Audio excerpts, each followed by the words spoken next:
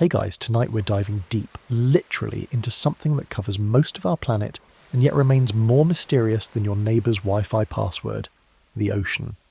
Not the sparkly vacation photos version, not the cute documentary with the dancing seahorses. I'm talking about the actual ocean, cold, dark, crushing, and filled with things that would make your nightmares file a restraining order. So before you drift off into the abyss, take a moment to like the video and subscribe, but only if you genuinely enjoy what I do here. Drop a comment telling me where you're tuning in from and what time it is. I'm guessing it's either midnight or 3 AM, because that's apparently when everyone decides to learn about underwater terror. Now dim the lights, turn on a fan for that gentle background hum, maybe pull the blanket up a little higher, and let's get cozy with the uncomfortable truth about the deep blue sea. Let's pause for a second. Have you ever actually thought about what's down there? Like really down there? Why can't we just go look? We've been to the moon, repeatedly, but we've explored less than 5% of our own oceans. What's stopping us? Is it the pressure that could crush a car like a soda can? The darkness so complete that your brain would invent things to see? The creatures that look like they were designed by someone who lost a bet with Satan? And what about all those sounds we keep recording that we can't explain? The mysterious disappearances? The entire ecosystems thriving around volcanic vents that shouldn't exist? Could you survive down there for even a minute? Or would the ocean politely but firmly turn you into human soup? What secrets are hiding in trenches deeper than mountains at all? And now, congratulations, you've just been transported to the edge of the Mariana Trench, staring down into an abyss so deep that if you dropped Mount Everest in there, it would disappear with room to spare. You have questions. The ocean has none of the answers you want to hear. Welcome to the deep end. Let's start with the most basic and terrifying fact about ocean exploration: pressure. Not the social kind where you have to pretend to like your co-worker's sourdough starter. I'm talking about literal, physical, bone-crushing pressure that increases the deeper you go. At sea level, you're experiencing about 14.7 pounds per square inch of atmospheric pressure, which your body handles just fine because you've been doing it your whole life. But for every 33 feet you descend into the ocean, you add another atmosphere of pressure. By the time you hit the deepest point in the ocean, the Challenger, deep in the Mariana Trench, about 36,000 feet down, you're dealing with pressure that's over 1,000 times greater than what you experience on the surface.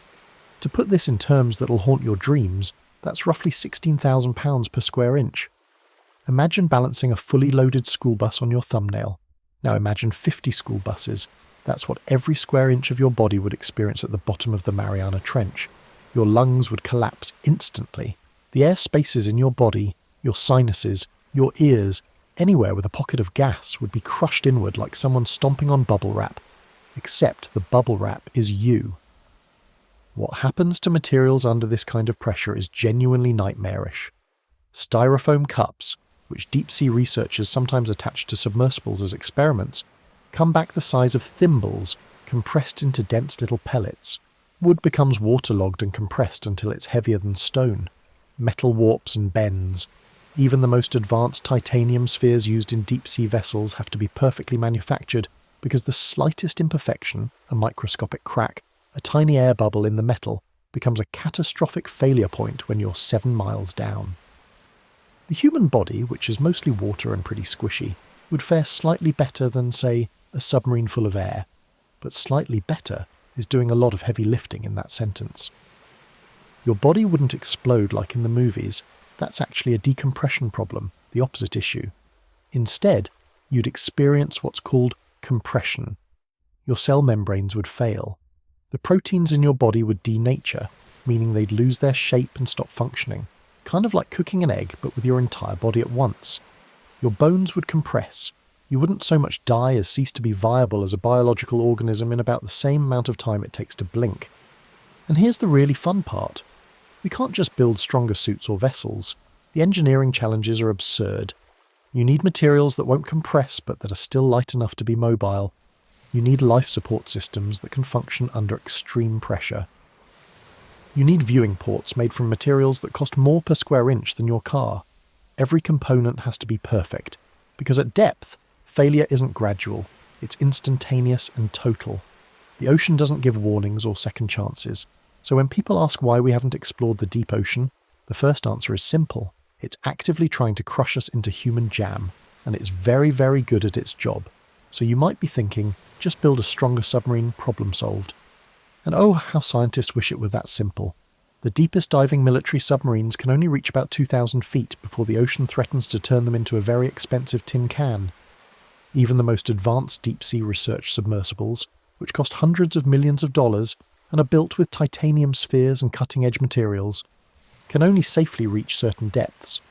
We're talking about vessels that make spacecraft look simple by comparison, and they can barely scratch the surface of the deep ocean. Consider this. A standard nuclear submarine, one of humanity's most sophisticated machines, costs about $3 billion to build and can dive to maybe 1,500 feet on a good day. That's not even past the continental shelf. That's like building a rocket ship that can reach your neighbour's roof. Meanwhile, James Cameron's Deep-Sea Challenger, which successfully dove to the Challenger Deep in 2012, cost around $10 million just for the submersible itself, and it could fit exactly one person in a sphere barely larger than a phone booth. One person in a titanium ball for 7 miles of descent and ascent that took hours. The problem isn't just making something strong, it's making something strong, light, mobile, and capable of sustaining human life, while also carrying all the scientific equipment you'd actually need to make the trip worthwhile. It's like trying to design an iPhone that also functions as a bank vault and can drive itself through a car compactor. Oh, and it can't malfunction even once because there's no OLA service at 35,000 feet below sea level. The viewing ports alone are an engineering nightmare. You need transparency to see what you're doing, but anything transparent, glass, acrylic, wants to shatter under pressure. So engineers use cone-shaped windows made of incredibly thick acrylic or sapphire crystal that can cost $100,000 for a single porthole the size of a dinner plate. These ports are shaped specifically so the pressure actually helps seal them tighter, rather than pushing them inward. It's brilliant. It's also something that requires precision manufacturing down to microscopic tolerances. And let's talk about the battery problem. Deep-sea submersibles can't exactly run extension cords down from the surface ship. They need onboard power for life support, lights, thrusters, and scientific instruments.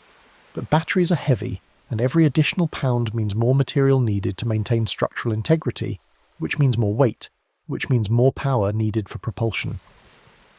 It's a vicious cycle that usually ends with, so the dive lasts 4 hours and costs the GDP of a small nation. Then there's communication. Radio waves don't travel through water well. At all, really. So most deep-sea vehicles communicate via acoustic signals, essentially underwater sonar, which is painfully slow. Imagine sending a text message where each letter takes 30 seconds to transmit. That's what commanding a deep-sea robot feels like. You send an instruction, wait, hope it worked, and then wait some more for confirmation. Real-time control is essentially impossible. Compare this to space exploration. The International Space Station orbits in a vacuum where the main challenge is keeping air in, not keeping crushing pressure out. Spacecraft can use solar panels for power. Communication happens at the speed of light. It's not easy, but it's easier than the ocean, which is why we've sent more humans to space than to the deepest parts of our own planet. Here's something fun to think about as you drift off. Below about 650 feet, sunlight basically gives up. It looks at the water and says, you know what, I'm out. This is called the aphotic zone, which is a fancy scientific term for eternal nightmare darkness. No sun means no photosynthesis, which means no plants, which fundamentally changes everything about how life works down there. But here's the thing, there is life down there. Lots of it. It's just that it's evolved in ways that would make H.R. Geiger say, okay, that's a bit much.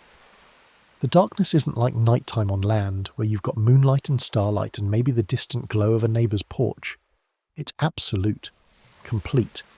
The kind of darkness where if you held your hand directly in front of your face, you wouldn't see it. You wouldn't even see the concept of seeing. Your brain would eventually start inventing visual input just to have something to do, which is how you end up with hallucinations. Fun fact, extended time in complete darkness can make humans go slightly insane. The ocean has been doing this to creatures for millions of years. So how do things survive down there? Well, they've gotten creative in ways that range from clever to deeply disturbing. Many deep-sea creatures have evolved bioluminescence, the ability to produce their own light through chemical reactions. It sounds magical until you realise they're mostly using it for three purposes: finding mates, luring prey, or confusing predators long enough to escape. It's like living in a nightclub where everyone's either trying to hook up, eat you, or both, and the lights only come on when someone's about to die. The anglerfish is probably the most famous example. The female has a bioluminescent lure dangling in front of her face like a freelance nightmare carrying a flashlight. Small fish see the light, think, "Oh, food," swim closer, and then discover they've just volunteered for the all-you-can-eat buffet where they're the meal.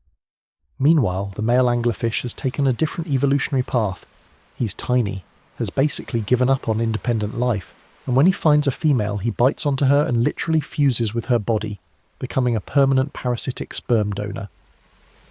Romance is dead, and it died in the aphotic zone. Then you've got creatures like the barrelly fish, which has a transparent head so it can look upward through its own skull to spot prey silhouetted against the faint light from above. Its eyes are tubular and point straight up, which means it can't see forward. Evolution looked at normal fish vision and said, what if we made it weird and impractical but slightly advantageous in one very specific situation? And the barrelly fish said, sure, I'm in.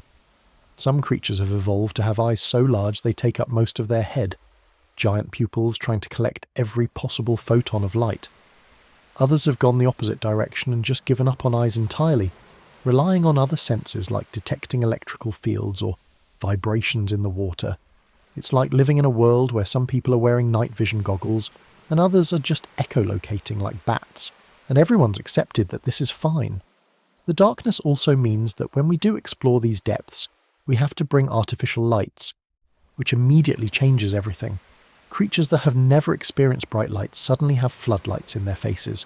It's the equivalent of aliens showing up in your bedroom at 3 a.m. with stadium lighting. We're trying to study an environment by fundamentally altering it the moment we arrive. The ocean's temperature situation is, to put it scientifically, completely bonkers. Most of the deep ocean hovers around 34-39 degrees, which is just above freezing. Imagine swimming in a refrigerator. Now imagine that refrigerator is also trying to crush you. But then you have these hydrothermal vents, underwater volcanic chimneys, where superheated water shoots out at temperatures exceeding 700 degrees. That's hot enough to melt lead. So in the span of a few feet, you go from frozen popsicle to instant cremation. The ocean basically can't decide if it wants to freeze you or cook you, so it offers both options like a sadistic buffet. Let's start with the cold, because it's more pervasive and arguably more miserable.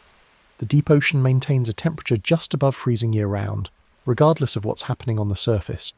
You could be floating in the Caribbean where the surface water is a pleasant 80 degrees, but dive down far enough and you're in near-frozen water that would give you hypothermia in minutes. The cold at these depths isn't the, oh, I forgot my jacket kind of cold. It's the kind that makes your body prioritise keeping your vital organs warm by shutting down blood flow to your extremities, which is your body's way of saying, sorry, fingers and toes, but the brain and heart are more important right now. For submersibles and equipment, this presents constant challenges. Materials that are flexible at room temperature become brittle in near-freezing water. Seals contract. Electronics that generate their own heat are constantly fighting against the cold trying to seep in.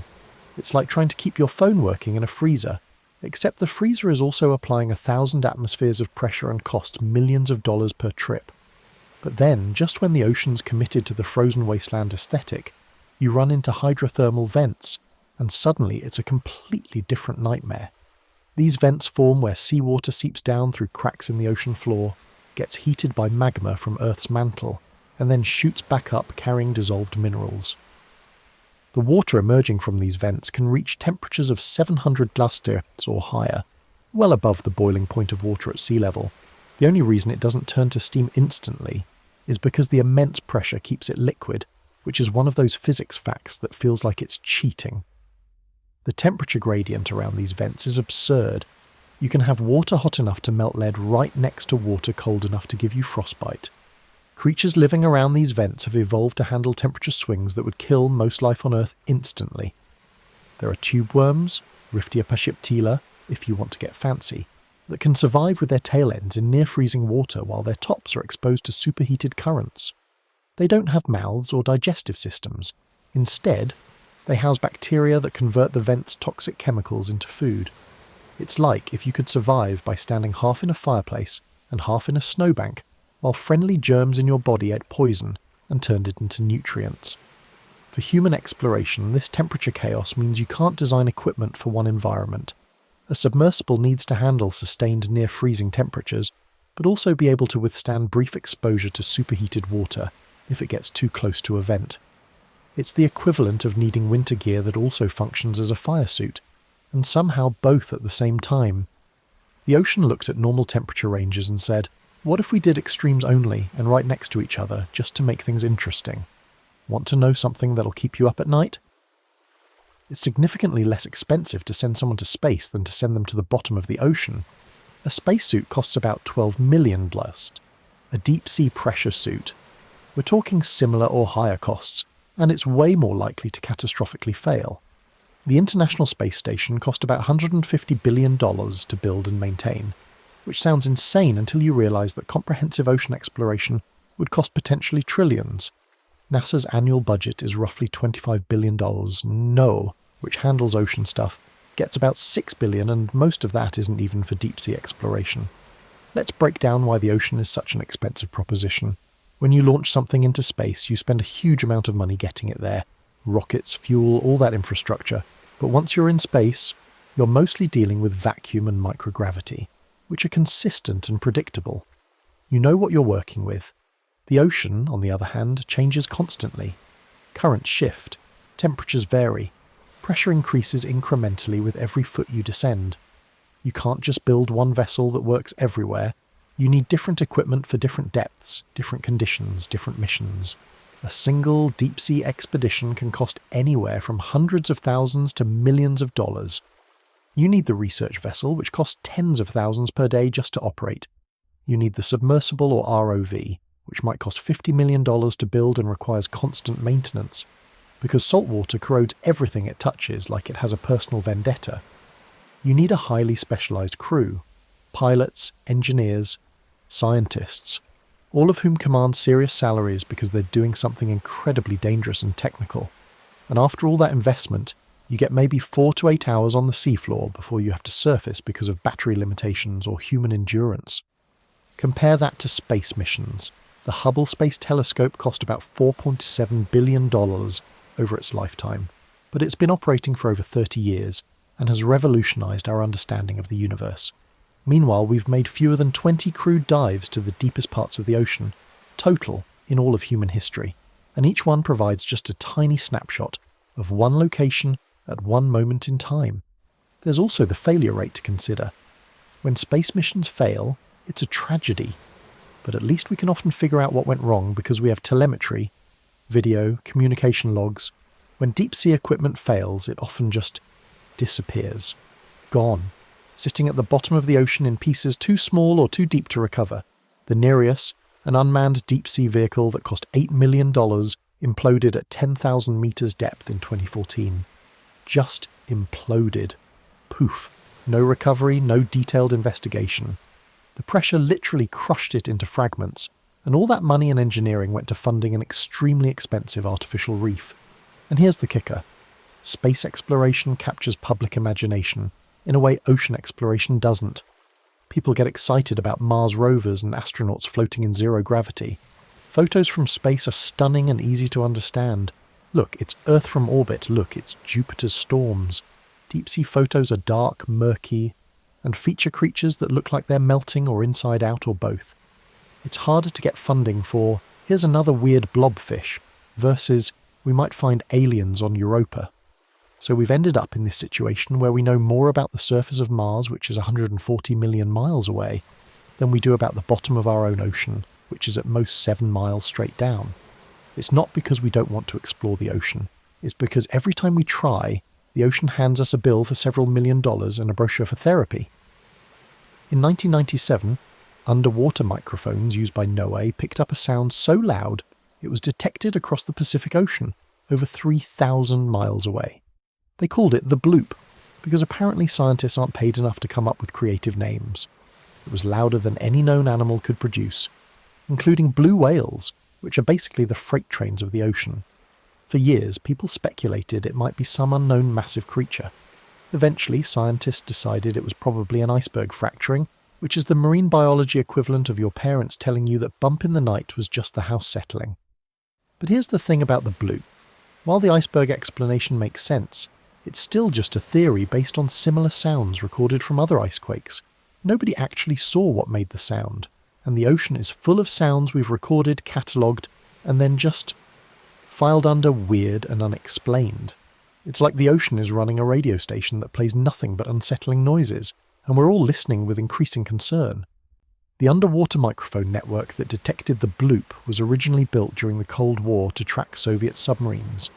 After the Cold War ended, NOAA repurposed it for scientific research, which is when scientists realised the ocean is constantly screaming in ways we never imagined.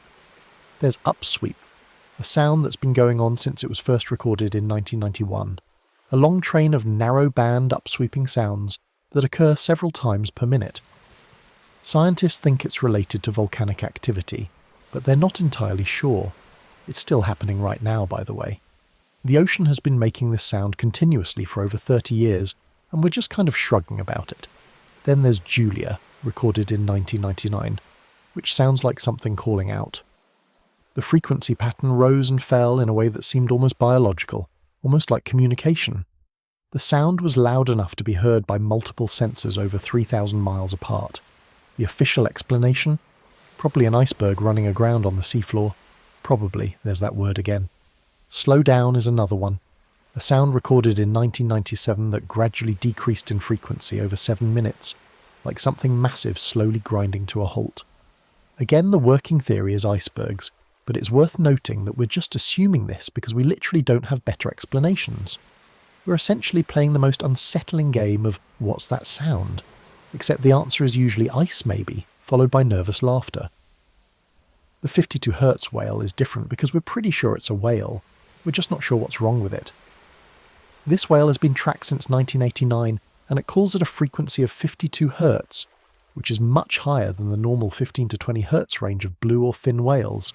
No other whale has ever been recorded singing at this frequency, which means this whale has been calling out for over 30 years and nobody's responding. It's either a hybrid, a deformed whale, or just the loneliest creature in the ocean, singing songs that no one else can understand or hear properly.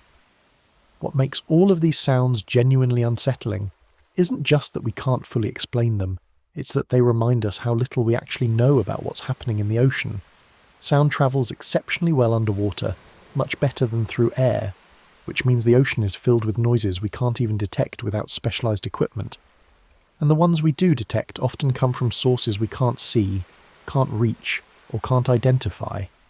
It's like living in a house where you constantly hear footsteps in the attic, but the attic is 7 miles high and made of crushing pressure and darkness. The Mariana Trench is the deepest point in Earth's oceans, and it's absolutely bananas. The Challenger Deep section plunges down nearly 7 miles, 36,070 feet to be exact. If you stood Mount Everest, the tallest mountain on Earth, at the bottom of the Mariana Trench, the peak would still be over a mile underwater.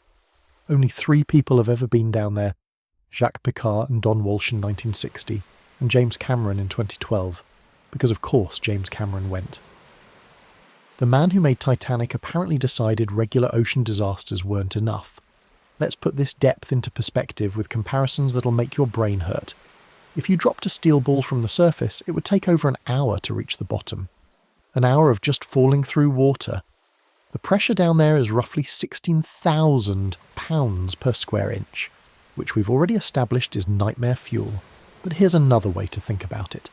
If you could somehow transport the entire weight of the atmosphere above you, and then add 49 more atmospheres on top of that, you'd be experiencing what the Mariana Trench feels like. It's not a place designed for human visitation. It's a place designed to make you understand that you're fundamentally not welcome. When Piccard and Walsh made the first descent in 1960, they did it in a bathyscaphe called the Trieste, which was basically a giant metal ball attached to a floating tank of gasoline. Gasoline, being less dense than water, provided buoyancy. The whole contraption took nearly 5 hours to descend, and they spent barely 20 minutes at the bottom before having to ascend, which took another 3 hours, so that's 8.5 hours of travel for 20 minutes of looking around at darkness and silt. They did spot what they thought was a flatfish, which would be remarkable since scientists didn't think fish could survive at those depths, though the sighting was never confirmed and might have been a sea cucumber. Either way, they proved it was possible to go down there, not die, and come back to tell people about it. James Cameron's 2012 dive in the Deep-Sea Challenger was more high-tech but equally cramped. Cameron spent about 3 hours on the seafloor, crammed into a vertical pilot sphere about 43 inches in diameter, basically a titanium coffin for one. He collected samples, took footage, and presumably thought about every life decision that led him to be 7 miles underwater in a metal tube. The footage he brought back showed a desolate alien landscape of pale mud and the occasional strange creature drifting by. Not exactly the bustling metropolis of weird life everyone hoped for, but that's partly because visibility down there is terrible, and you're essentially exploring with a flashlight in the world's largest closet. What's fascinating is what we have found in the Mariana Trench. There's life down there, snailfish, amphipods that look like oversized shrimp, microbes that are eating pollution we dumped. Yes, pollution. We found plastic bags and candy wrappers in the Mariana Trench because humanity looked at the deepest, most remote place on Earth and still managed to litter in it. We've explored less than 1% of the Mariana Trench's seafloor, which means there are thousands of square miles down there that no human has ever seen and probably never will. The trench exists because of subduction. The Pacific Plate is sliding beneath the Mariana Plate at a rate of about 2 to 3 inches per year. This has been happening for millions of years, creating this vast scar in the ocean floor that just keeps getting deeper and stranger. It's an active reminder that Earth's geology doesn't care about our desire to explore. It'll keep making places we can't easily reach just to keep us humble. Remember when you thought spiders were the worst thing nature had to offer? Sweet summer child. The ocean would like a word. There are fish down there with transparent heads so you can watch their brains. Anglerfishes with teeth so long they can't close their mouths, and males that literally fuse to females and become parasitic sperm sacs. Goblin sharks that extend their jaws like something from Alien. Giant isopods that look like if a pillbug went to the gym for 10,000 years and developed a taste for flesh. Let's start with the barrel-eye fish, also known as Macropina microstoma, which has a completely transparent dome on its head. You can literally see through its skull to its tubular eyes, which point upward to spot prey silhouetted against the faint light from above. The green glowing orbs you see inside its head, those are its eyes. The things that look like eyes on the front, those are actually its nostrils. Evolution looked at normal fish anatomy and said, what if we made everything confusing and vaguely horrifying? This fish was first discovered in 1939, but scientists didn't understand how it actually lived until 2004, when they finally observed one alive and realized its eyes can rotate forward when it's eating. Because of course they can. Then there's the frilled shark, which looks like it was designed by a committee that only communicated through nightmares. It has 300 teeth arranged in 25 rows, and its mouth is at the very front of its head rather than underneath like most sharks. Its body is long and eel-like, and it moves through the water like a very angry, very toothy ribbon. Scientists call it a living fossil because it looks virtually identical to sharks that lived 80 million years ago, which means this design was so effective that evolution just said, yeah, we're done here. This is perfect nightmare fuel. The vampire squid, Vampiroteuthis infernalis, literally vampire squid from hell, isn't actually a squid or an octopus, but something in between. It has the largest eyes relative to body size of any animal on Earth, and when threatened, it turns itself inside out, wrapping its webbed arms over its body and exposing rows of fleshy spines. It also produces bioluminescent mucus clouds that it ejects to confuse predators, which is the marine biology equivalent of throwing a glitter bomb and running away. It lives in oxygen minimum zones where most creatures suffocate, casually existing in conditions that would kill almost anything else. Giant squid, which can grow up to 43 feet long, were considered mythical creatures, sea monsters from sailors' tales, until a live specimen was finally photographed in 2004. Before that, we only had dead ones that washed ashore or were found in whale stomachs. These things have eyes the size of dinner plates, beaks that can cut through steel cable, and sucker marks they leave on sperm whales suggest they put up serious fights when being eaten, and we still don't really know how they live, how they reproduce, or how many of them there are. The blobfish, which looks like a melted human face having the worst day of its life, actually looks relatively normal at depth. It's only when we bring it to the surface that it turns into nightmare pudding because its body is adapted for extreme pressure. At depth, it's just a regular fish. At the surface, it's a meme about depression. The fact that it's become the poster child for ugly animals is kind of unfair. It's like judging humans based on how we'd look if we were suddenly transported to Jupiter. Every deep-sea expedition discovers new species. Not occasionally, every single time. We keep sending cameras and submersibles down, and they keep coming back with footage of creatures that make us question whether evolution has a sense of humour or just really hates us. Between 650 and 3,300 feet down, you enter what scientists call the mesopelagic zone, but everyone else calls the twilight zone, and not the Rod Serling kind.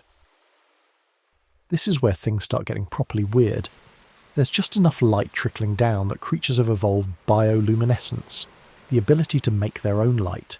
It's like an underwater rave, except instead of dancing, everyone's trying to either attract prey or avoid becoming prey.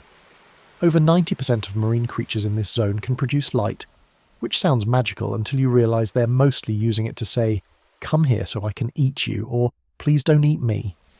The twilight zone is where the ocean stops playing by surface rules and starts making up its own. The light from above is so dim that it's measured in terms of what percentage of surface light penetrates. By the time you're at the bottom of this zone, you're dealing with less than 1% of surface sunlight. It's like trying to read a book by the light of a distant street lamp while wearing sunglasses, at night, in fog. Most creatures here have evolved massive eyes to capture every possible photon, making them look perpetually startled, which given their circumstances is probably accurate. The bioluminescence strategies here are deviously creative. Some fish have light-producing organs called photophores, arranged along their bodies in specific patterns, creating a kind of living barcode that helps them identify their own species in the gloom. It's like wearing a name tag that glows, except the name tag also sometimes attracts things that want to eat you, so it's a risky fashion choice. Other creatures have bioluminescent bacteria living in specialised organs, essentially farming tiny glowing microbes to produce light. It's a symbiotic relationship where the bacteria get a safe home and regular meals, and the fish gets a built-in flashlight. Then there's counter-illumination, which is possibly the cleverest trick in the Twilight Zone. Creatures like the hatchetfish have photophores on their undersides that match the dim light filtering down from above, effectively making their silhouettes disappear when viewed from below. Predators looking up see what appears to be just more faint light, not a tasty snack. It's active camouflage that requires the fish to constantly adjust its light output based on the ambient light levels, which is like having to manually control your own shadow to avoid being seen. Exhausting, but effective. The Twilight Zone is also home to one of the largest animal migrations on Earth, though most people have never heard of it. Every night, billions of creatures, lanternfish, krill, squid, jellyfish, migrate from the Twilight Zone up to the surface waters to feed, then return to the depths before sunrise. This is called Deal vertical migration, and it happens every single day across the world's oceans. The biomass involved is staggering. We're talking about potentially 10 billion tons of animals moving up and down through the water column daily. It's the largest movement of animals on the planet, and it happens under cover of darkness where most humans will never witness it. Food in the Twilight Zone is scarce, which is why many creatures here have evolved to be opportunistic feeders with expandable stomachs. There's the black swallower, a fish that can eat prey larger than itself by unhinging its jaw and stretching its stomach to grotesque proportions. Scientists have found black swallowers that died because they ate fish so large their meal started decomposing before they could be digested, creating gas that made the swallower float to the surface where it died from the pressure change. It's the oceanic equivalent of your eyes being bigger than your stomach, except fatal. The Twilight Zone represents a transition between two worlds, the sunlit surface and the abyssal darkness below. It's where the ocean starts showing you its truly alien side, where light becomes a weapon and a tool, where migration happens on a scale that dwarfs the Serengeti, and where evolution has created survival strategies that seem almost too bizarre to be real. Here's a fun thing that definitely won't keep you awake. At the bottom of the ocean, particularly in colder regions, there are massive deposits of methane hydrate, basically frozen methane locked in ice. Scientists estimate there's more energy stored in these deposits than in all known fossil fuel reserves combined. Now, here's the nightmare fuel. If ocean temperatures rise too much, this methane could be released in huge quantities. Some theories suggest that sudden massive releases of underwater methane could literally cause ships to sink, because the water's density would suddenly change. It's called the methane bubble apocalypse hypothesis, because scientists have apparently given up on making things sound less terrifying. Methane hydrate, also called methane ice or fire ice, forms when methane gas gets trapped in a cage of frozen water molecules under high pressure and low temperature. It looks like dirty ice, except you can literally light it on fire because it's mostly methane. There's something deeply unsettling about ice that burns, like the ocean is openly mocking the laws of chemistry just to keep us on our toes. These deposits exist in vast quantities on continental slopes and in permafrost regions, sitting there quietly like frozen time bombs filled with explosive gas. The apocalypse hypothesis goes like this. If ocean temperatures rise, which they are thanks to climate change, these methane hydrates could destabilize. The ice melts, releasing methane gas, which rises through the water column in massive bubbles. When enough methane is released at once, it can create zones of water with dramatically reduced density. A ship floating in normal seawater suddenly finds itself in bubbly, aerated water that can't support its weight. The ship doesn't slowly sink, it plunges like it's been dropped into a void.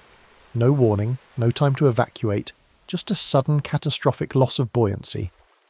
Some researchers have proposed this as an explanation for mysterious disappearances in areas like the Bermuda Triangle. The theory suggests that methane eruptions from the seafloor could create these density-reduced zones, and any ship unlucky enough to be floating above one when it happens would sink almost instantly. The methane would also rise into the air, potentially affecting aircraft engines or displacing oxygen, which could explain some aerial disappearances too. It's a neat, terrifying explanation that ties together multiple mysteries with one geological mechanism. The problem is, while methane eruptions definitely happen, and methane hydrates definitely exist, there's not much hard evidence that these eruptions are large enough or frequent enough to sink ships or down planes. Most scientists are skeptical of the apocalypse scenario, at least in terms of sudden, civilization-threatening releases, but, and this is a significant but, there is evidence that massive methane releases have happened in Earth's geological past and may have contributed to extinction events. The Paleocene-Eocene thermal maximum, about 56 million years ago, saw global temperatures spike by 500 centimeters over just a few thousand years. One hypothesis for this rapid warming is that a massive release of methane from ocean floor deposits triggered a runaway greenhouse effect. The warming caused more methane to release, which caused more warming, in a feedback loop that fundamentally altered Earth's climate and ocean chemistry. It's the planetary equivalent of a positive feedback loop, except nothing about it is positive. Today, scientists monitor methane hydrate deposits with increasing concern. As ocean temperatures rise, we're seeing more frequent methane seeps and plumes in Arctic regions and along continental margins. The methane doesn't just affect water density, it's also a greenhouse gas about 25 times more potent than carbon dioxide. If significant deposits destabilize, they could accelerate climate change in ways we're not prepared for. The ocean floor is essentially holding massive reserves of a gas that could dramatically alter Earth's climate, and it's stored in a format that depends on the ocean staying cold. We're currently warming the ocean. You can see the problem. You know how we've mapped pretty much every square inch of Mars and the Moon? Well, we still don't have detailed maps of most of our ocean floor. In fact, we've better mapped Mars than our own seafloor, which seems like questionable prioritization. Because of this, we keep discovering underwater volcanoes. Thousands of them. Not little ones either. Massive volcanic mountains that have been erupting for millennia and we just didn't notice. In 2023, scientists discovered a massive underwater volcano near the Mariana Trench that's taller than anything in the Alps. It was just sitting there, waiting, like a very patient disaster. Current estimates suggest there are somewhere between 10,000 and 100,000 underwater volcanoes, also called seamounts, in the world's oceans. That range is wide enough to fit several more estimates inside it, which tells you exactly how little we know. We can't even narrow it down to the nearest 90,000 volcanoes. It's like being asked how many trees are in a forest and responding, somewhere between 10 and 100,000. Maybe, give or take a few dozen thousand. These aren't small hills either. Many of them rise thousands of feet from the seafloor, and some break the surface to form islands. Most of these seamounts were formed millions of years ago by volcanic activity, along mid-ocean ridges or over hotspots where magma pushes up from Earth's mantle. They're basically underwater mountains with attitude, many of them still volcanically active but hidden beneath thousands of feet of water. When they do erupt, we usually don't know about it unless we happen to have sensors nearby, which we usually don't. The ocean could be having a full-scale volcanic eruption right now, and we'd have no idea until weird temperature readings showed up somewhere, or sailors reported strange bubbling water. In 2012, researchers discovered the world's largest volcanic eruption in recorded history had occurred underwater near the Pacific island of Mayotte, and nobody noticed it happening at the time. The eruption created a new underwater volcano rising 2,600 feet from the seafloor, released enough lava to fill 183 billion bottles, and caused seismic activity for months. Scientists only figured out what happened after analysing earthquake data and seafloor surveys after the fact. The ocean had essentially given birth to a new mountain, and humanity's response was, when did that get there? These seamounts are also biological hotspots. The volcanic rock provides surfaces for corals and sponges to attach to. Currents bring nutrients, and suddenly you've got entire ecosystems thriving on these underwater mountains. Each seamount can host unique species found nowhere else, which means every time we discover a new volcano, we're potentially discovering new ecosystems. It's like finding a new continent, except it's vertical and underwater, and probably has things living on it that will make you question evolution's choices. The problem with our ignorance about seafloor topography isn't just academic curiosity, it's a navigation and safety issue. Submarines need to know where these mountains are so they don't accidentally crash into them. Undersea cables that carry most of the world's internet traffic need to route around them. Fishing vessels need to avoid seamounts where their nets could snag.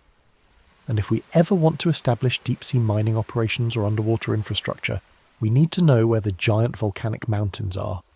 We're currently mapping the seafloor using satellite altimetry, which measures tiny variations in the ocean surface, caused by gravitational pull from underwater features, and ship-based sonar, which is painfully slow and expensive. At current rates, it'll take until 2030 just to map the entire ocean floor to a resolution where we can see features larger than about 300 feet across. That's like having a map of your house, where you can see the rooms but not the furniture. We'll know there's a volcano there, but not much about its size, shape, or whether it's about to ruin everyone's day. In the early days of ocean exploration, sailors kept detecting what they thought was the ocean floor at certain depths, but then when they went deeper, they'd find more ocean. They called it the phantom bottom, which sounds like a condition you discuss with your doctor. Turns out it was the deep scattering layer, massive aggregations of marine life so dense that sonar bounced off them like they were solid ground. We're talking about layers of fish, jellyfish, and other creatures packed so tightly that our technology literally couldn't tell the difference between them and the actual seafloor. This phenomenon completely baffled early oceanographers. They'd send down sonar pings, get a strong echo back at maybe 1,000 feet, and mark it as the bottom. Then someone would lower a weighted line and discover that, no, actually there's another 15,000 feet of water below that. The bottom had lied to them. Even weirder, this phantom bottom moved. During the day, it would be detected at deeper depths, around 200 to 2,000 feet. At night, it rose closer to the surface, sometimes to within 300 feet. The ocean floor, as far as anyone knew, was not supposed to migrate up and down daily like it had places to be. The mystery was solved when scientists realized they weren't detecting geology. They were detecting biology. The deep scattering layer is composed of billions upon billions of small marine organisms, lanternfish, krill, jellyfish, squid, and various other creatures that participate in the daily vertical migration we mentioned earlier. These animals spend their days at depth to avoid predators and conserve energy, then rise toward the surface at night to feed in the rich, plankton-filled waters. They're so numerous that their collective bodies create a barrier dense enough to reflect sonar like a solid surface. Think about that for a moment. There are so many living creatures in the ocean that they can collectively impersonate the seafloor. It's like if you were trying to find your keys using echolocation, and instead of bouncing off the floor, your signal bounced off a layer of 10 billion tiny insects hovering in formation. The sheer biomass required to create this effect is staggering. Estimates suggest the deep scattering layer contains several billion tons of living organisms, all moving in coordinated vertical migrations that span thousands of feet daily. This layer exists in oceans worldwide, and it's one of the reasons why estimating fish populations is so difficult.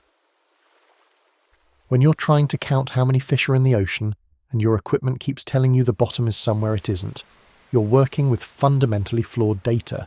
Even modern sonar has to be calibrated to distinguish between the deep scattering layer and the actual sea floor, which isn't always easy when the biological layer is particularly dense. The deep scattering layer also has implications for submarine warfare and navigation. Submarines can potentially hide within or beneath these biological layers, using them as acoustic camouflage. Sonar pings from enemy vessels might bounce off the layer of marine life, rather than detecting the submarine below it. During World War II and the Cold War, submarine commanders had to learn to account for these phantom bottoms in their navigation and tactical planning, which added another layer of complexity to an already stressful job. What's perhaps most unsettling about the phantom bottom is what it represents. A reminder that the ocean is so full of life that it can create geological illusions. We think of the deep ocean as empty, barren, sparse, but in reality, it's packed with organisms in numbers so vast that they can fool our instruments into thinking they're looking at solid rock. The ocean isn't empty, it's so full that it lies to us about where the bottom is. And if our technology can't tell the difference between billions of fish and the actual sea floor, what else might we be missing? There's a phenomenon called deep sea gigantism, where creatures in the deep ocean grow way, way larger than their shallow water relatives. We're talking about crabs the size of dinner tables, jellyfish with tentacles over 100 feet long, and squid that can grow to 40 plus feet. Scientists aren't entirely sure why this happens, but theories include the cold temperatures slowing metabolism, the lack of predators, and the efficiency of being large in an environment where food is scarce. It's like the ocean decided that regular-sized nightmares weren't quite nightmare-y enough. Let's start with the Japanese spider crab, which has a leg span that can reach 12 feet from claw to claw. 12 feet. That's wider than most people's living rooms. These things can weigh up to 40 pounds and live for over 100 years, shuffling around the ocean floor like ambulatory nightmares with excellent life insurance. Their shallow water crab cousins are lucky to reach a few inches across, but the Japanese spider crab looked at normal crab proportions and said, "What if we just kept going?" Then there's the giant squid, which has haunted sailors' nightmares and cryptozoology forums for centuries. These creatures can grow to lengths of 40-43 feet and have eyes the size of dinner plates, the largest eyes in the animal kingdom. Their slightly larger cousins, the colossal squid, can reach similar lengths but are significantly heavier and have hooks on their tentacles in addition to suckers, because apparently regular suckers weren't threatening enough. For most of human history, giant squid were thought to be myths or exaggerations. Then we started finding them washed up on beaches or caught in fishing nets, and we had to collectively accept that yes, there are squid out there the size of school buses. The lion's mane jellyfish holds the record for the longest known animal, with tentacles that can extend over 120 feet. That's longer than a blue whale. The bell of the jellyfish, the umbrella-shaped part, can be over 7 feet in diameter, and trailing behind it is a nightmare tangle of tentacles that can sting, paralyze, and capture prey across an area the size of a tennis court. These jellyfish drift through cold northern waters like animated nightmare clouds, and running into one while swimming is the oceanic equivalent of walking face first into an electrified curtain that's also a predator. Scientists have proposed several theories for why deep-sea gigantism occurs, though none fully explain all cases. The cold temperature theory suggests that cold water slows metabolic rates, allowing organisms to live longer and grow larger. In the deep sea, where temperatures hover just above freezing, creatures can take their time growing, because they're not burning through energy as quickly. It's the biological equivalent of living life in slow motion, which sounds peaceful until you remember these are giant predatory crustaceans and squid. The predator scarcity theory proposes that with fewer predators in the deep sea, there's less evolutionary pressure to stay small and nimble. If nothing's trying to eat you, why not get huge? Being large also means you can tackle larger prey and have better energy reserves for the long periods between meals. In an environment where you might go weeks or months without eating, having a large body means you can store more energy and survive lean times. Kleiber's rule, a biological principle, suggests that larger animals are more energy efficient relative to their body mass. In an environment where food is incredibly scarce, being large means you can extract more energy from whatever meals you do find. A giant isopod can go years without eating if necessary, surviving on stored energy reserves that a smaller creature simply couldn't maintain. It's like the difference between a fuel-efficient SUV and a compact car. The SUV has a bigger tank and can go longer between fill-ups, which matters when gas stations are hundreds of miles apart. But here's what keeps scientists up at night. We're still discovering new giant species regularly. Every deep-sea expedition seems to find something that's inexplicably, horrifyingly large. Which raises the question, what else is down there? How big can things actually get in the deep ocean before physics calls it quits? Speaking of things that make no biological sense, let me introduce you to Turritopsis dohrnii, commonly called the immortal jellyfish. This tiny creature, about 4.5 millimeters wide, can literally reverse its aging process. When it gets old or stressed or damaged, it can transform back into its polyp stage and start its life cycle over, again and again, theoretically forever. It's basically Benjamin Button, except real, and it lives in the ocean, and scientists have no idea how to feel about it. To understand why this is absolutely bananas, you need to know how jellyfish normally work. A jellyfish starts as a fertilized egg that develops into a larva, which settles on the ocean floor and becomes a polyp, essentially a tiny stationary tube with tentacles. The polyp can bud off multiple baby jellyfish, which grow into adult medusae, the swimming bell-shaped form we recognize as jellyfish. Adults reproduce, release eggs and sperm, and then die. That's the normal life cycle: birth, growth, reproduction, death. The basic greatest hits of biology. Turritopsis dohrnii looked at this plan and said, what if we just skipped the death part? When this jellyfish gets old, injured, sick or stressed, maybe food is scarce, maybe the water temperature changed, it can sink to the ocean floor and undergo a process called transdifferentiation. Its cells essentially forget what they were specialized to do and transform into different cell types. The adult jellyfish reverts back to the polyp stage, and then the polyp can start producing new jellyfish again, including clones of its former self. It's like if you could respond to a midlife crisis by turning back into a baby, growing up again, and getting a fresh start with all your original DNA.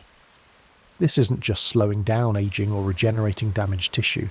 This is full cellular regression and rebirth. The jellyfish's cells are literally reprogramming themselves, changing from one type to another, heart cells becoming nerve cells, stomach cells becoming muscle cells. It's the kind of biological flexibility that shouldn't be possible in complex organisms, and yet here's this tiny jellyfish doing it repeatedly, potentially indefinitely. The immortal jellyfish was discovered in the 1880s, but its remarkable ability wasn't documented until the 1990s, when scientists studying jellyfish noticed that instead of dying after reproduction like they were supposed to, some specimens kept reverting to polyps. Since then, researchers have confirmed that Turritopsis dohrnii can repeat this cycle over and over in laboratory conditions. No one knows if any individual jellyfish has actually achieved immortality in the wild. They can still be eaten by predators or killed by disease, but in terms of aging to death, they've essentially found the biological equivalent of an infinite loop. Scientists are understandably fascinated by the implications for aging research. If we could understand how Turritopsis dohrnii's cells reprogram themselves, we might gain insights into treating age-related diseases, regenerating damaged tissue, or even extending human lifespan. But we're a long way from translating jellyfish biology to human medicine. For one thing, humans have vastly more complex organ systems, and our cells are much more rigidly specialized. You probably don't want your brain cells deciding to become kidney cells mid-thought. What's perhaps most unsettling about the immortal jellyfish is the philosophical implication.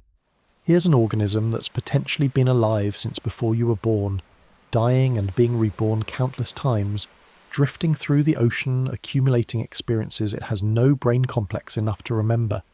It's immortal but essentially mindless, living forever without actually experiencing continuity of consciousness. It's the monkey's poor version of eternal life. You get to live forever, but you have to be a tiny brainless jellyfish that keeps forgetting it's already lived this life before. And the kicker, these jellyfish are spreading. They're found in oceans worldwide now, possibly because they're being transported in ship ballast water. So we've potentially got an invasive species that can't die of old age spreading across the globe. The ocean looked at the concept of mortality and created a loophole, and that loophole is currently multiplying. One thing we take completely for granted is the 24-hour day-night cycle that governs basically everything about human biology. Your sleep, your hormones, your mood, all tied to the sun coming up and going down. Now imagine living in a place where the sun is a distant myth, a story your great-great-grandmother told once. Deep-sea creatures don't have circadian rhythms the way we do, because they live in environments where day and night are meaningless concepts. Some of these creatures' biological clocks are tied to things we don't fully understand. Maybe the tides, maybe something else entirely. For humans, circadian rhythms are hardwired into nearly every cell in our bodies. Our internal clock, governed by a tiny cluster of neurons in the hypothalamus, responds to light and darkness to regulate when we sleep, when we wake, when we eat, when our body temperature rises and falls, and even when our immune system is most active. Mess with this rhythm, work night shifts, cross time zones, scroll your phone at 2 a.m, and your body punishes you with exhaustion, mood swings, and an increased risk of all sorts of health problems. We're solar-powered machines that get cranky when the schedule changes.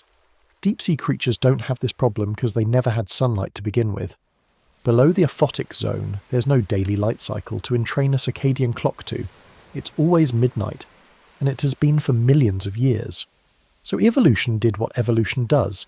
It either eliminated circadian rhythms entirely, or adapted them to respond to other environmental cues.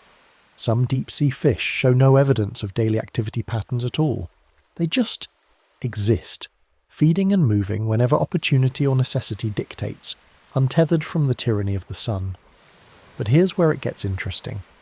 Some deep-sea creatures do have rhythms, just not 24-hour ones.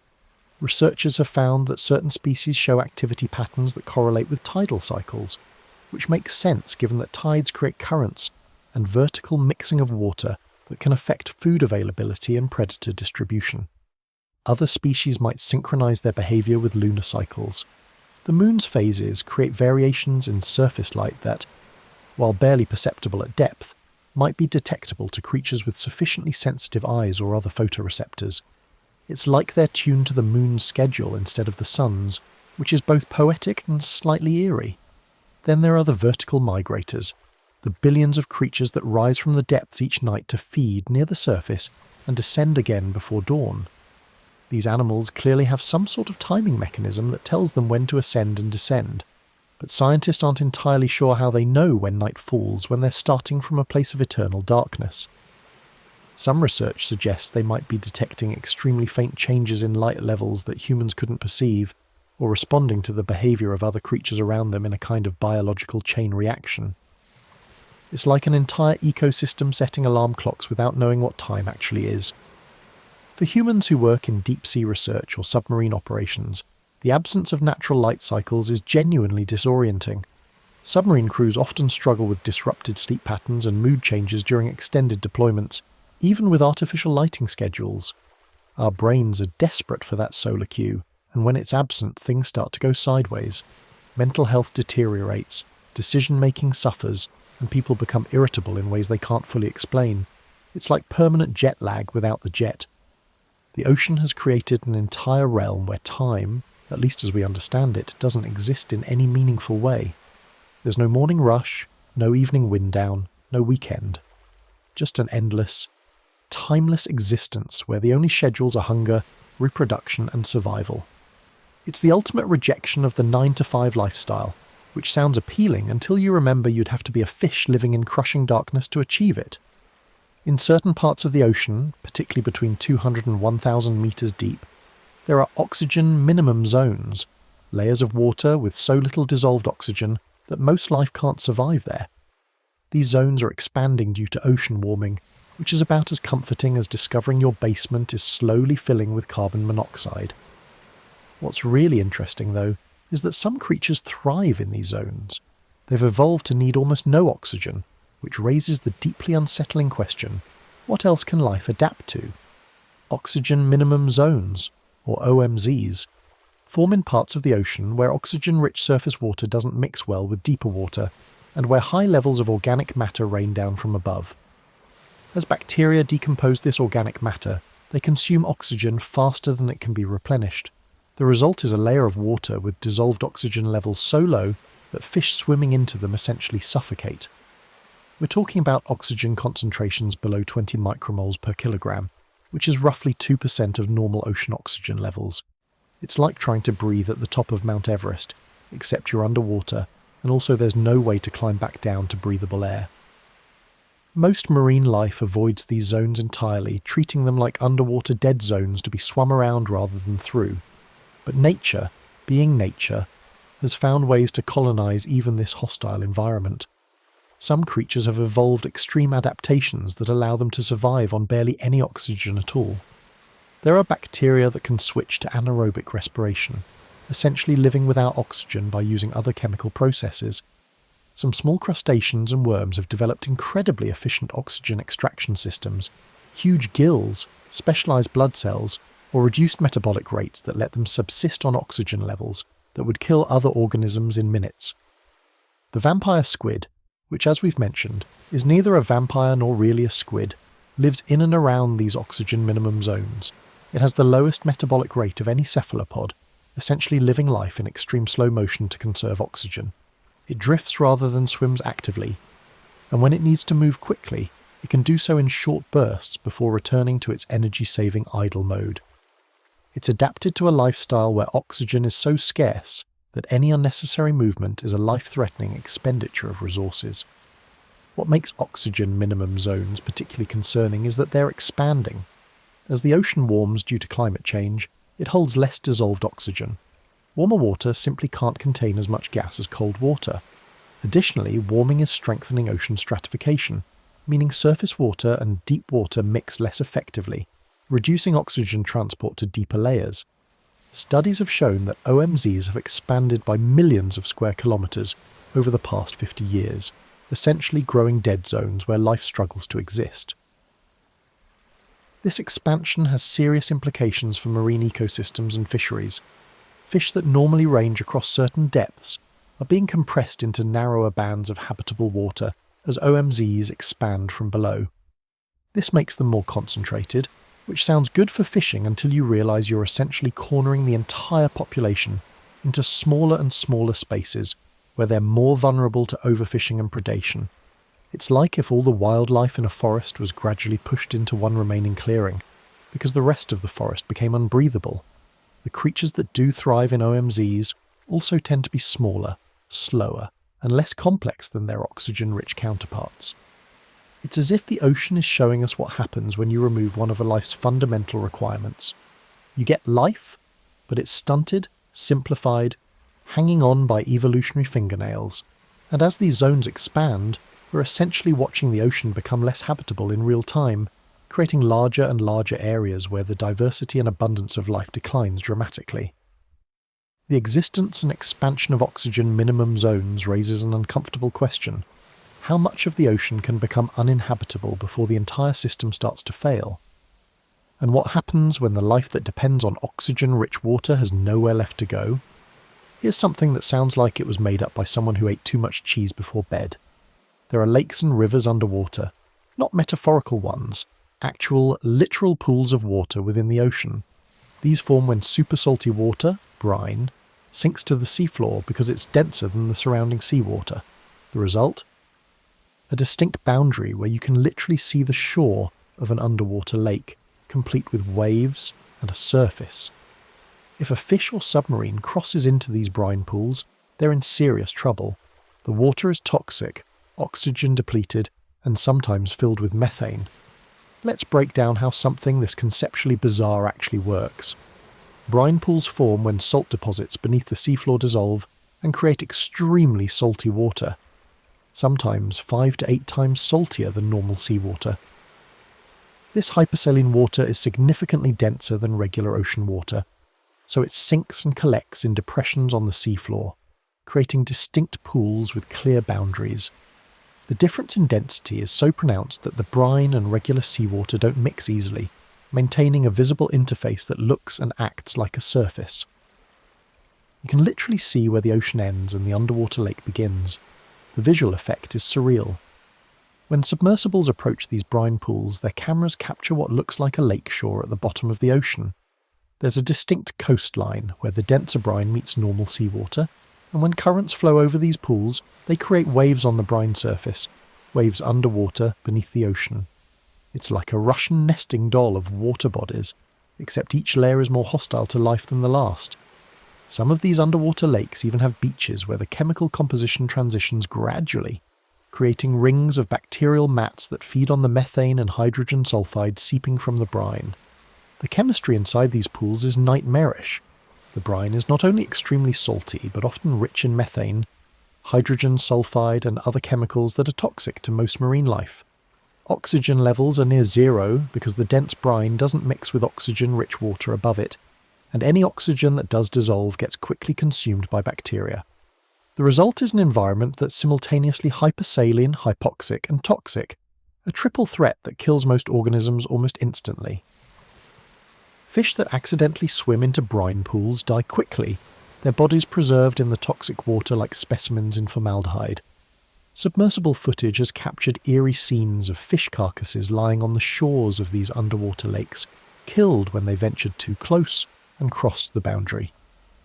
Some brine pools in the Gulf of Mexico have been dubbed Jacuzzi of Despair and Hot Tub of Despair because they're not only toxic, but also warmer than surrounding water due to geothermal activity. The names are darkly humorous, but they accurately capture the fate of anything unlucky enough to enter. It's a hot tub that kills you. Yet, as with every hostile environment on Earth, life has found a way to colonize the edges. Certain bacteria and archaea thrive in and around brine pools, forming thick microbial mats that can metabolize methane and hydrogen sulfide. These chemosynthetic organisms form the base of a specialized food chain that includes mussels, tube worms, and specialized shrimp, all living on the knife's edge between the normal ocean and the toxic pool below. It's like building a house on the rim of an active volcano. Technically possible, but requiring extreme adaptations. Scientists study these brine pools partly because they're fascinating in their own right, but also because they might offer insights into extraterrestrial life. If we're looking for life on ocean worlds like Jupiter's moon Europa or Saturn's moon Enceladus, we need to understand how life can survive in extreme chemical environments with limited oxygen. Brine pools demonstrate that Earth life is far more flexible and resilient than we often give it credit for, adapting to environments that seem fundamentally incompatible with biology. The existence of underwater lakes and rivers reminds us that the ocean contains entire worlds within itself, each with its own rules, its own chemistry, and its own impossible-seeming life forms clinging to existence in places that shouldn't support life at all. December 5th, 1945. 5 Navy bombers vanished during a training flight over the Atlantic. No wreckage ever found. This is Flight 19, probably the most famous of the Bermuda Triangle mysteries. Then the rescue plane sent to find them also disappeared. 14 men total, gone. Now, scientists have explanations. Probably. Magnetic anomalies, methane eruptions, sudden storms, pilot error. But here's the thing. We still haven't found the planes. And Flight 19 is just one of dozens of ships and aircraft that have vanished in the ocean with little to no trace. The last radio transmissions from Flight 19 are genuinely eerie. The flight leader, Lieutenant Charles Taylor, reported that his compasses were malfunctioning and he wasn't sure of his position. He thought they were over the Florida Keys when they were actually much farther north. As fuel ran low and daylight faded, the transmissions became increasingly desperate. We can't find west. Everything is wrong. We can't be sure of any direction. Everything looks strange, even the ocean. Then silence. 5 aircraft, each carrying 3 men, simply vanished. The Navy's search and rescue Mariner flying boat sent to find them exploded shortly after takeoff, or at least That's the assumption, since witnesses reported seeing a fireball and an oil slick, but no wreckage was ever recovered from that either. The official explanation for Flight 19 is navigation error compounded by bad weather and mechanical failure. Taylor was unfamiliar with the area, possibly disoriented, and may have led the flight farther out into the Atlantic when he thought he was heading for land. Once they ran out of fuel, the planes would have ditched in the ocean and sunk. The ocean is very good at swallowing evidence, and in 1945 search technology was limited. Reasonable, plausible, probably correct. But nearly 80 years later, despite numerous expeditions and advances in sonar and underwater exploration, we still haven't definitively found any of the Flight 19 aircraft. The Bermuda Triangle, the loosely defined region between Florida, Bermuda and Puerto Rico, has accumulated a staggering number of disappearances.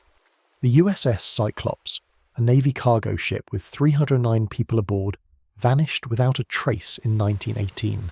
No distress signal, no wreckage, no survivors. The SS Marine Sulphur Queen, a tanker carrying molten sulphur, disappeared in 1963 with 39 crew members. Pieces of debris were found, but the main wreckage never was. Dozens of smaller vessels and aircraft have gone missing in the region, and while most probably have mundane explanations, storms, mechanical failure, human error, the sheer volume of disappearances is statistically unusual. Scientists point to several factors that make this region particularly hazardous. The Gulf Stream flows through the area with strong currents that can quickly carry debris far from crash sites. The weather is notoriously unpredictable, with sudden violent storms appearing with little warning. The seafloor in parts of the region is extremely deep and rugged, making wreckage recovery difficult or impossible. And yes, there are magnetic anomalies in certain areas where compasses can behave erratically, due to the difference between true north and magnetic north being particularly pronounced. But here's what keeps the mystery alive. For every scientific explanation, there's a case that doesn't quite fit. Ships that vanished in calm weather with experienced crews, aircraft that disappeared while maintaining radio contact, with no indication of distress until they simply stopped transmitting. The ocean is vast and deep, yes, but modern search technology has found wreckage in far more remote and deeper locations. We found the Titanic at 12,500 feet. We found Air France Flight 447 in the Atlantic after 2 years of searching, and yet Flight 19's 5 aircraft, which went down in relatively shallow water in a well-trafficked area, remain missing. The ocean has a way of keeping secrets. Every disappearance is a reminder that despite our satellites, our sonar, our GPS, there are still places where things, and people, can vanish completely. The Bermuda Triangle might not be cursed or supernatural, but it is a stark illustration of how little control we have once we leave solid ground. The ocean covers most of our planet, and it's very, very good at making things disappear. Whales sing. We know this. We've recorded thousands of hours of whale songs. They're complex, they change over time, they're passed down through generations like underwater folk music. But here's what we don't know, what they're actually saying. We've identified different types of calls, mating songs, feeding calls, navigation sounds, but the full complexity of whale communication, still a mystery.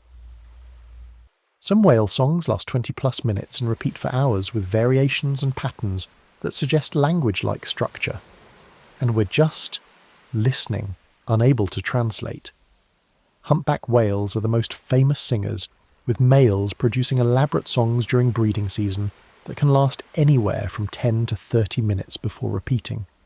These aren't simple calls, they're structured compositions with themes, phrases and patterns that are remarkably consistent within a population but evolve over time. All the males in a population sing essentially the same song, with slight variations, and over months and years the song gradually changes as new elements are introduced and old ones drop out. It's like a slow-motion musical evolution happening in real time, and we have no idea what drives the changes or what the songs mean beyond the general assumption that they're related to mating. What makes whale communication particularly fascinating and frustrating is the evidence that it's far more sophisticated than we've given them credit for. Sperm whales, for instance, use patterns of clicks called codas that vary between different family groups and regions. These codas appear to function like dialects, suggesting that sperm whales have culture. Different groups have different communication patterns that are learned and passed down, not genetically hardwired. Some researchers believe these coders might encode specific information about identity, location, or social relationships, essentially functioning as names or introductions. But we can't prove it because we can't decode them. The problem with translating whale communication is that we're trying to understand a form of intelligence that evolved completely independently of our own, in an environment utterly different from ours. Whales live in a three-dimensional aquatic world where sound travels 4 times faster than in air and can propagate for hundreds of miles. Their brains are structured differently from ours, larger in some regions with more complex folding in areas associated with emotional processing and social cognition. They experience their world through sound in ways we can barely comprehend, using echolocation to see their environment in far more detail than vision would provide. We're essentially trying to translate a language without knowing the grammar, syntax, or even what concepts the language is designed to express. It's like giving someone who's never heard music a recording of a symphony and asking them to explain what the composer meant. You can describe the notes, the rhythm, the structure, but you're missing the cultural context, the emotional weight, the shared understanding that gives the music meaning. Recent advances in artificial intelligence and machine learning have given researchers new tools to analyze whale vocalizations, looking for patterns and structures that might indicate linguistic properties. Some AI programs have successfully identified individual whales by their calls and tracked how songs spread through populations like viral trends. But we're still nowhere close to understanding what, if anything, whales are actually saying to each other. Are they sharing stories, warning of dangers, teaching their young? Composing poetry about the vastness of the ocean? We have no idea. Blue whales produce calls that are among the loudest sounds made by any animal, reaching up to 188 decibels, louder than a jet engine. These calls can travel across entire ocean basins, potentially allowing whales to communicate over distances of thousands of miles. Imagine having conversations with someone on another continent without any technology, just your voice carrying through the medium. What would you say? What would be important enough to shout across an ocean? The songs and calls of whales represent one of Earth's great uncracked codes, a reminder that we share this planet with minds that are complex, social, and utterly alien to our own experience. We're listening to a conversation we can't understand, in a language we can't speak, between creatures whose thoughts and concerns we can barely imagine. The ocean doesn't just keep its mysteries in the deep, it spreads them along the edges too. Namibia's skeleton coast earned its name from the hundreds of shipwrecks and whale bones littering its beaches. The coast is notorious for dense fog, strong currents, and unpredictable weather that has destroyed countless vessels. But even today, with modern technology, GPS, and weather forecasting, ships still occasionally run aground there. The ocean finds a way. The skeleton coast stretches for about 300 miles along Namibia's Atlantic shore, and it's one of the most inhospitable places on Earth. The Benguela Current brings cold Antarctic water north along the coast, creating a temperature differential with the hot desert air that produces thick fog banks that can persist for days. Visibility drops to near zero without warning, and ships suddenly find themselves unable to see the shore, other vessels, or the hazardous rocks jutting from the surf. Combined with powerful currents and pounding waves, the result is a maritime graveyard where rusted hulls emerge from the sand like the ribs of metal beasts. What makes the skeleton coast particularly deadly isn't just the wrecking, it's what happens after. Survivors who make it to shore find themselves stranded in one of the world's most hostile deserts, where daytime temperatures can exceed 100 degrees and there's virtually no fresh water. The nearest settlements are often hundreds of miles away across barren, scorching terrain. Many sailors who survived the initial shipwreck died of thirst and exposure on the beach, their bones joining the whale skeletons that dot the coastline from the region's old whaling industry. It's a place where the ocean doesn't just kill you, it maroons you in a location where death is slow and certain. But the skeleton coast isn't alone in its lethality. The Cape of Good Hope at the southern tip of Africa has been terrifying sailors since the age of exploration. The meeting point of the Atlantic and Indian Oceans creates chaotic sea conditions where waves from different directions collide, producing rogue waves that can reach 60 feet or more. These waves appear suddenly, towering walls of water that can snap a ship in half or roll it completely over. Modern ships with advanced weather routing and stabilization still treat the Cape with extreme caution. Cape Horn, at the southern tip of South America, is another nautical nightmare. The Drake Passage here is considered one of the most dangerous bodies of water in the world, where the Atlantic and Pacific Oceans meet with no land mass to block or calm the resulting storms. Winds regularly exceed hurricane force, and waves can reach terrifying heights. Before the Panama Canal was built, ships had to round Cape Horn to travel between the Atlantic and Pacific, and thousands of vessels were lost to its storms. Sailors had a saying, "Below 40 degrees south, there is no law. Below 50 degrees south, there is no God." Cape Horn sits at 56 degrees south. The graveyard of the Atlantic off the Outer Banks of North Carolina has claimed over 5,000 ships since record-keeping began. The area is where the warm Gulf Stream meets cold Arctic currents, creating unpredictable weather, thick fog, and dangerous shoals. The Diamond Shoals extend miles offshore, lurking just beneath the surface where they've torn the bottoms out of countless vessels. Even with lighthouses, buoys, and modern navigation, the area remains hazardous. What these deadly shorelines have in common is the meeting of opposing forces, warm and cold currents, ocean and desert, competing weather systems, creating zones of chaos where conditions can change in minutes, and where the ocean seems almost deliberately hostile.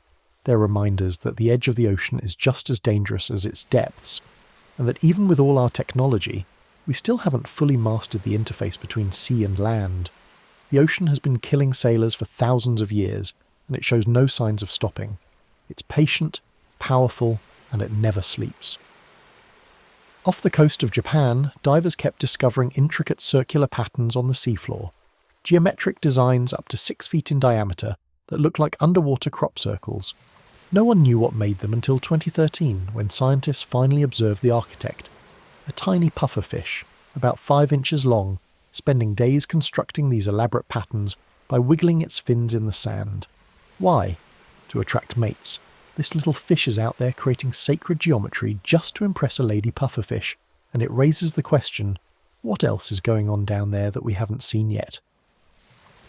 The patterns themselves are genuinely impressive. The male white-spotted pufferfish works tirelessly for about a week, swimming in circles and using his fins to sculpt the sand into a radial design, with ridges and valleys arranged in precise geometric patterns. The finished product looks like a mandala or an alien landing site, perfectly symmetrical, with a raised centre and radiating lines that create texture and depth. Some designs have over 20 distinct radial lines, all evenly spaced, all carefully maintained. It's architectural precision from a fish with a brain the size of a pea. But the pufferfish isn't just creating art for art's sake. These structures serve multiple practical purposes in the mating game. First, they're impressive displays of effort and skill, signalling to females that this male has the energy and ability to complete a massive construction project, a good indicator of genetic fitness. Second, the ridges and valleys in the design actually function as sediment traps. Fine sand particles settle in the valleys, creating a softer, safer substrate for eggs. The geometry isn't arbitrary, it's engineered to provide an optimal environment for reproduction. The female inspects the nest, and if she's sufficiently impressed by both the aesthetics and the functionality, she'll lay her eggs in the centre. The male then fertilises them and guards the nest until the eggs hatch. What's particularly remarkable is that this behaviour was completely unknown to science until recently, despite occurring in relatively shallow water off a coast where divers regularly explore. The patterns were photographed numerous times, but their origin remained a mystery for years. Some divers thought they were created by currents or geological processes. Others speculated about undiscovered species or even, half-jokingly, alien activity. It wasn't until a photographer staked out one of the patterns and caught the pufferfish in action that the mystery was solved. A tiny, unassuming fish was responsible for creating art that humans found beautiful and baffling. This discovery raises profound questions about animal behaviour and cognition. How does a fish with minimal brain capacity create such precise geometric patterns? Is the behaviour entirely instinctual, hardwired by evolution, or is there some element of learning and adjustment? Do individual pufferfish have different styles, or are all the patterns essentially identical?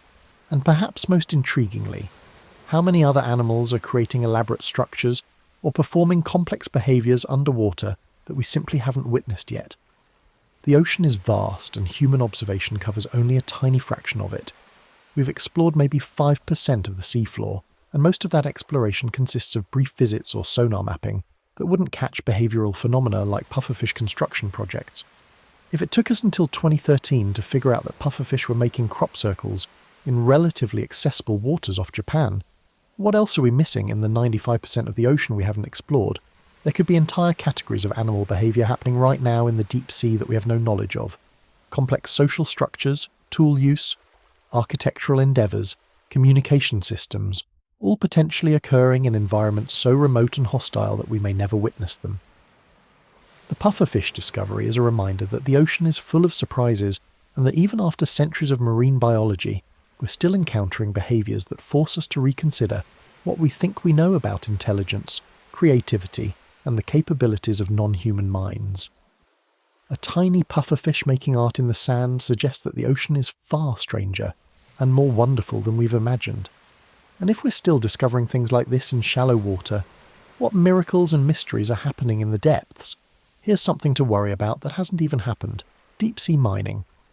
Companies are developing technology to extract valuable metals from the ocean floor, things like cobalt, nickel, and rare earth elements used in electronics. The problem: we have absolutely no idea what the ecological consequences will be.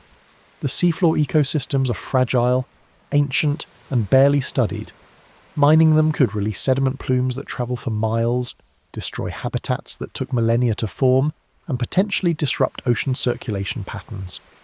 We're basically planning to strip mine a place we don't understand, in an environment we can barely access, to extract materials we need for smartphones. The target of deep-sea mining operations is primarily polymetallic nodules, potato-sized rocks scattered across the abyssal plains that contain high concentrations of manganese, nickel, copper and cobalt.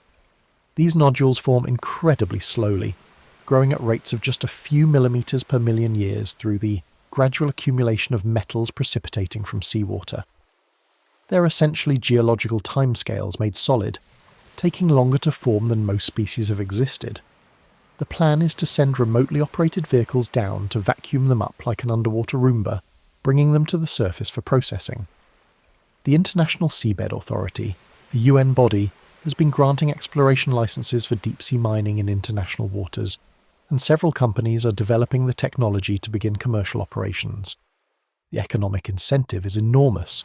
These nodules contain metals essential for batteries, electronics, and renewable energy technology. As demand for electric vehicles and energy storage increases, so does the pressure to find new sources of these materials. The ocean floor represents a largely untapped resource that could potentially supply these metals for decades or centuries. But here's where it gets concerning. We have virtually no baseline data on deep-sea ecosystems in the areas targeted for mining.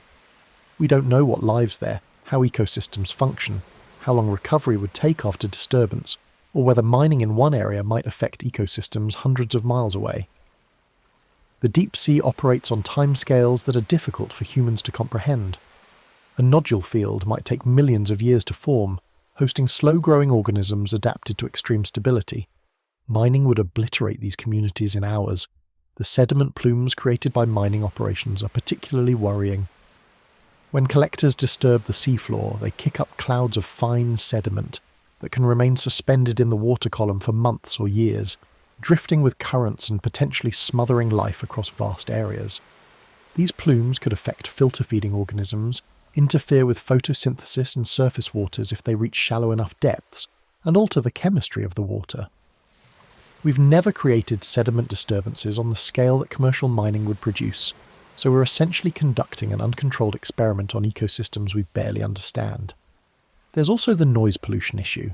Deep-sea mining equipment would produce intense noise in environments that are naturally very quiet. Many deep-sea creatures rely on sound for communication, hunting, and navigation. Introducing industrial noise could disrupt behaviours across entire ecosystems, affecting everything from reproduction to predator-prey dynamics. It's the underwater equivalent of setting up a heavy metal concert in a library where everyone's trying to whisper important information to each other. Some scientists argue that we should establish protected areas and conduct decades of baseline research before allowing any commercial mining. Others point out that terrestrial mining has its own severe environmental costs, and that deep-sea mining might be the lesser of two evils if properly regulated. The problem is that proper regulation requires understanding the systems you're regulating, and we're nowhere close to that understanding. The most unsettling aspect is the irreversibility. If we damage deep-sea ecosystems, they won't recover on human timescales. We're talking about environments where succession and regrowth occur over centuries or millennia, where colonization by new species might take hundreds of years, where the very formation of the substrate we're mining took geological ages. Once we start mining, there's no undo button. We'll have transformed ancient seafloor communities into barren plains, and there's no guarantee they'll ever return to anything resembling their original state. Every few years, someone on the internet gets excited about the possibility that megalodons, massive prehistoric sharks that could grow up to 60 feet long, might still be alive in the deep ocean. Scientists say no, they went extinct about 3.6 million years ago. We've seen their fossil teeth, we understand their prey went extinct, it's settled. But the ocean is vast and largely unexplored, and we keep discovering species we thought were extinct. So can we really, truly, 100% say there's nothing big and toothy lurking in the trenches? The rational answer is yes, they're definitely extinct. The answer that makes for better late-night viewing is probably, but wouldn't it be wild if... Let's start with what we know about Megalodon. Otodus megalodon was an apex predator that lived roughly 23 to 3.6 million years ago, reaching estimated lengths of 50 to 60 feet, about 3 times the size of a modern great white shark. We know this primarily from fossil teeth, which are abundant because sharks continuously shed and replace teeth throughout their lives, and because cartilage skeletons don't fossilize well. These teeth could reach over 7 inches in length, triangular, serrated blades designed to slice through the flesh and bone of large marine mammals. Megalodon likely fed on whales, and its bite force is estimated to have been among the strongest of any animal that's ever lived. The extinction of Megalodon coincides with several environmental changes: the cooling of ocean temperatures, the closure of the Central American Seaway which altered ocean circulation, and the decline of many large baleen whale species that would have been primary prey. Without adequate food sources and facing competition from emerging orca populations that hunted cooperatively, megalodon populations dwindled and eventually disappeared. That's the scientific consensus, supported by the fossil record and our understanding of marine ecosystems. But here's why the maybe they're still out there theory persists. The ocean is really, really big, and we've barely explored it. The Mariana Trench alone could hide countless large creatures, and we've only visited it a handful of times. Plus, we have precedents for extinct species turning up alive. The coelacanth, a fish thought to have gone extinct 66 million years ago, was discovered alive and well in 1938. We found other living fossils too, species that disappeared from the fossil record, but were later discovered in remote or deep-sea environments. However, the coelacanth comparison falls apart under scrutiny. Coelacanths are relatively small, deep-dwelling fish that require minimal food and live in an environment we rarely explore. Megalodon, on the other hand, would need to consume thousands of pounds of food regularly, which means hunting in areas with abundant large prey, primarily shallow to mid-depth waters where whales congregate. A 60-foot shark can't exactly lurk invisibly in the trenches. It needs to eat, and eating means going where the food is, which is where we'd have seen it by now. There's also the thermodynamics problem. Megalodons were likely mesotherms, meaning they could regulate their body temperature to some degree, but still needed relatively warm water to maintain metabolism and activity levels. The deep ocean is frigid, barely above freezing in most places, which would make it an extremely inhospitable environment for a large active predator that evolved in warmer seas. A megalodon hiding in the deep ocean would be like a cheetah trying to live in Antarctica. Technically possible, but evolutionarily improbable. The tooth evidence is compelling too. We've found megalodon teeth from various periods of their existence, but nothing younger than 3.6 million years. If they were still alive, we'd expect to find fresh teeth washing up on beaches or caught in fishing nets. Sharks lose thousands of teeth in their lifetime, and the ocean floor should be littered with recent specimens if populations existed. The absence of recent teeth is strong evidence that they're genuinely gone. Still, the romantic in us wants to believe that somewhere in the unmapped depths, in trenches we've never fully explored, or in deep ocean caves we don't know exist, a population of massive predatory sharks might be living out their prehistoric lives in secret. It's the same impulse that drives cryptozoology. the hope that the world still has mysteries, that not everything is catalogued and explained. The ocean seems like the perfect place for such mysteries because it's so vast and so inaccessible, but reality is usually less exciting than fiction, and in this case, reality says Megalodon is extinct. Scientists have divided the ocean into zones based on depth, and the names alone should tell you how welcoming these places are. The abyssal zone, 13,000 to 20,000 feet, where eternal darkness and near-freezing temperatures create an environment more alien than Mars. The Hadal zone, 20,000 feet, named after Hades, the Greek underworld, because apparently when you're naming the deepest parts of the ocean, you just go straight for literal hell. We've sent more people to space than to the Hadal zone. There are creatures down there we've seen exactly once, in grainy footage, and then never again. The ocean zones read like a descent through Dante's Inferno, each layer more hostile than the last. The sunlight zone, close to 650 feet, is where most people's experience of the ocean begins and ends. Warm, bright, full of familiar fish and coral reefs. It's the only zone where photosynthesis is possible, where plants can grow, where the ocean still feels connected to the world we know. Then you drop into the twilight zone, 650 to 300 feet, where light fades and bioluminescence takes over. This is where things start getting weird, but it's still relatively accessible to human exploration with proper equipment. Below that lies the midnight zone, 13,000 feet, where sunlight is completely absent and the temperature hovers just above freezing. This zone makes up about 70% of the ocean's total volume, which means most of the ocean exists in conditions of eternal darkness, crushing pressure, and near-freezing cold. The creatures here are adapted to a world humans can barely comprehend. Gelatinous bodies to withstand pressure, bioluminescent lures to attract prey, metabolisms so slow they can survive months without eating. It's a realm defined by scarcity and darkness, where every calorie of energy is precious and every adaptation is extreme. Then we hit the abyssal zone, 13,000 to 20,000 feet, covering the vast abyssal plains that make up the largest habitat on Earth. If you were to drain the oceans, these plains would be the most prominent feature of our planet's surface, flat, desolate expanses of sediment stretching for thousands of miles. The pressure here exceeds 400 atmospheres. The water is barely above freezing year-round. And yet life persists. Sea cucumbers, brittle stars, glass sponges, specialized fish with antifreeze proteins in their blood.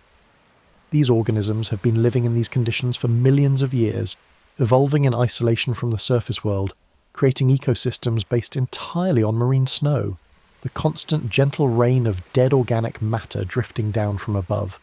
Finally, there's the Hadal zone, 20,000 plus feet, existing only in the deepest trenches like the Mariana, Tonga and Philippine trenches.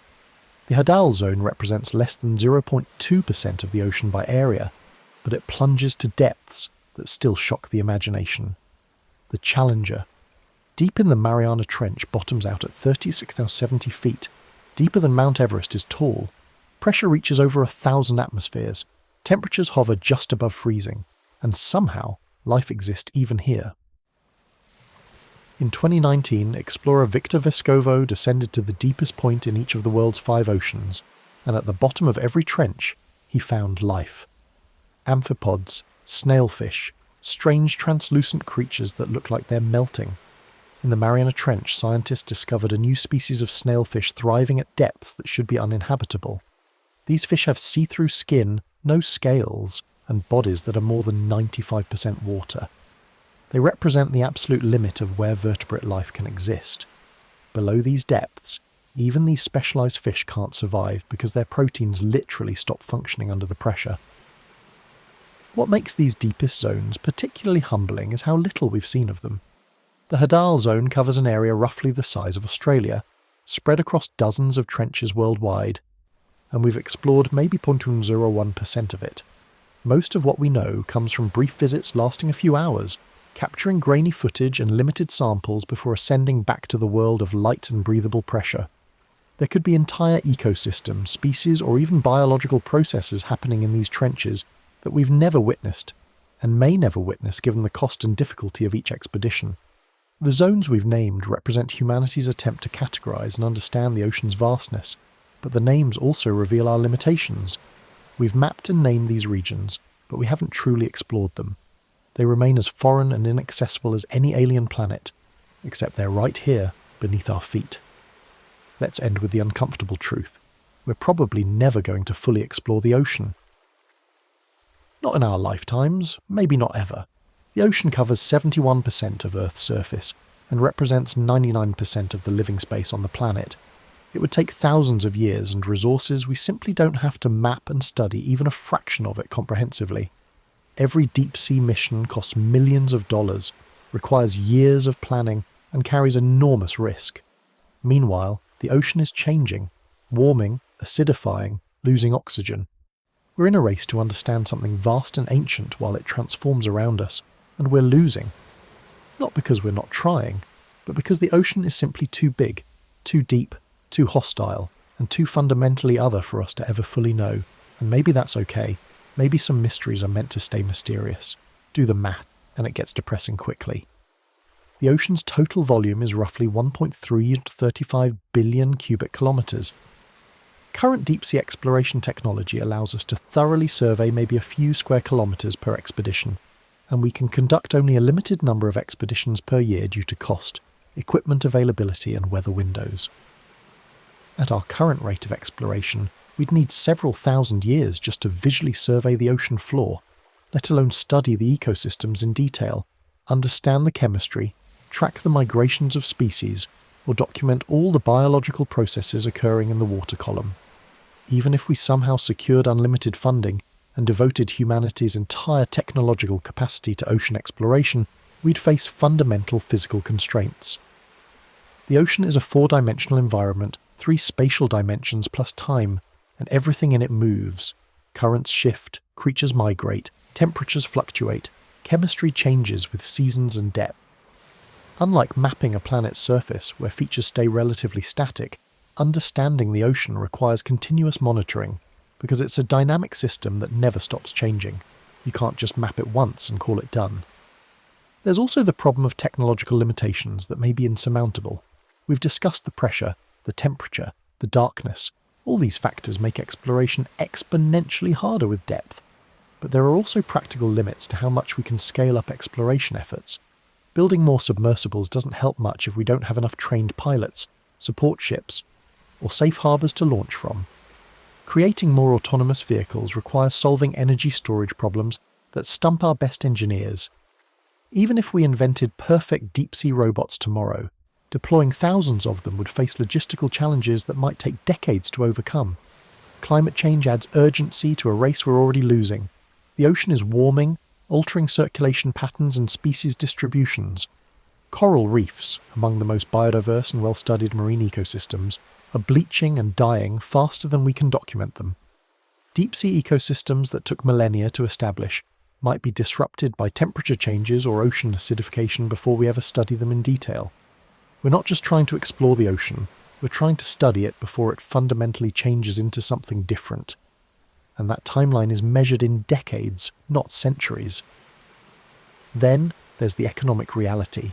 Space exploration captures public imagination and secures funding because it's visible, exciting, and connected to national prestige and potential resources. The ocean is invisible to most people, its discovery is less photogenic, its exploration less inspirational despite being equally important scientifically. Convincing governments and private investors to fund deep-sea research when the results are abstract and the timescale is measured in decades is a hard sell compared to sending a rover to Mars. But perhaps the most fundamental reason we'll never fully explore the ocean is philosophical. The ocean is not a problem to be solved or a frontier to be conquered. It's a living system that exists on scales, temporal, spatial, chemical, that humans struggle to comprehend.